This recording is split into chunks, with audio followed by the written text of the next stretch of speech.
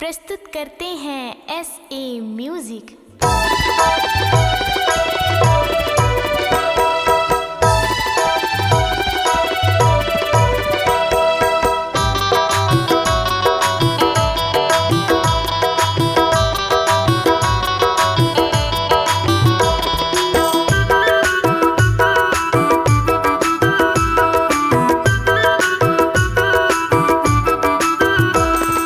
शिव जी के आश्रम अमृत कस पानी, शिव जी के आश्रम अमृत कस पानी।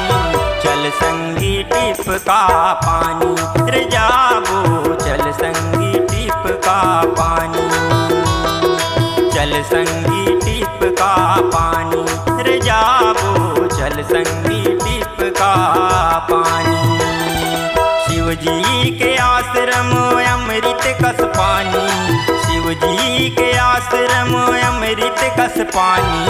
चल संगी टिप का पानी रे जाबो, चल संगी टिप का पानी, चल संगी टिप का पानी रे जाबो, चल संगी टिप का पानी।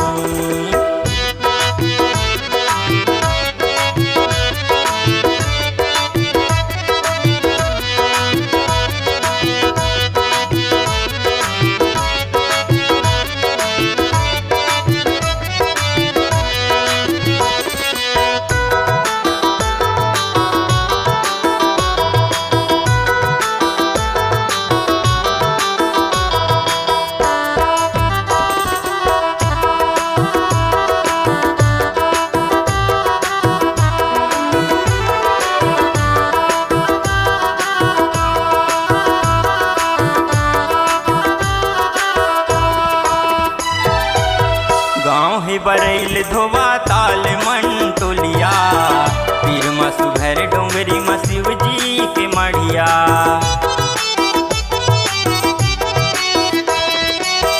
गाँव धोबा ताल बरल संगमा मंटोलिया, पीर मसुभर डोंगरी में शिव जी के मढ़िया। शिव जी के संग माहे बैठे भवानी, शिव जी के संग माहे बैठे भवानी।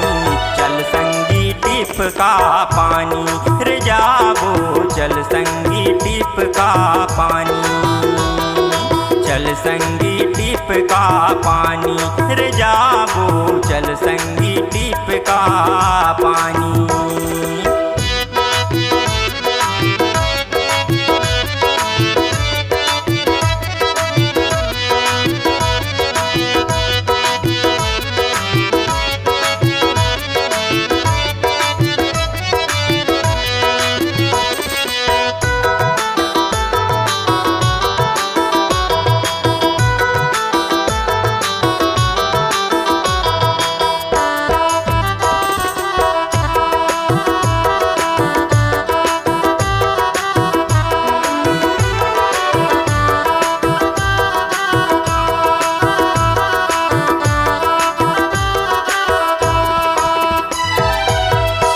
लेनी करके बानास के धार बहे, जौने मोर चांग भाखार के सिंगार करे।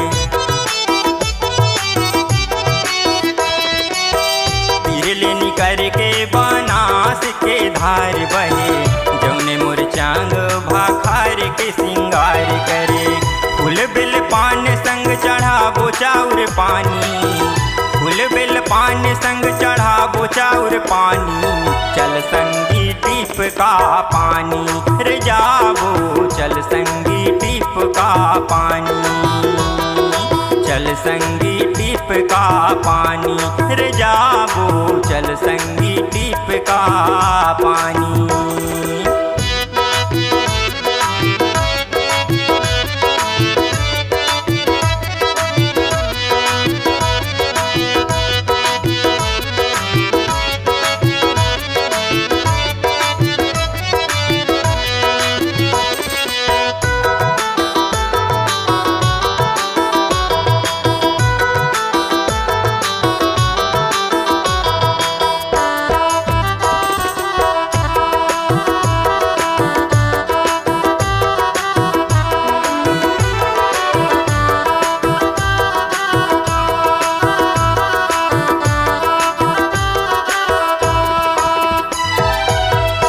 मन के मना लेबो मांग लेबो वरदान, भोला दयालु बड़ राखें सबके मान।